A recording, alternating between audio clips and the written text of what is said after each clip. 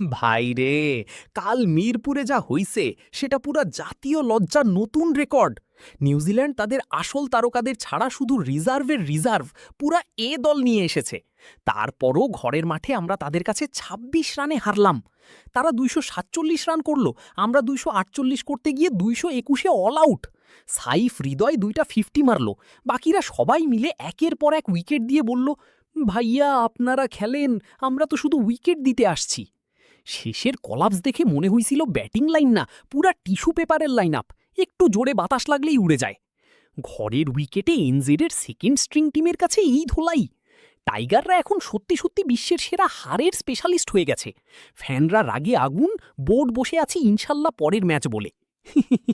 শেষমেশ আমি আবরার একটা কামের কথা কই, এই টিমের পুরো ব্যাটিং লাইন আপ ভেঙে ফেলে নতুন করে গড়তে হবে, না হলে এইভাবে চললে শুধু লজ্জা আর হার ছাড়া আর কিছু পাওয়া যাবে না। কি বলো তোমরা?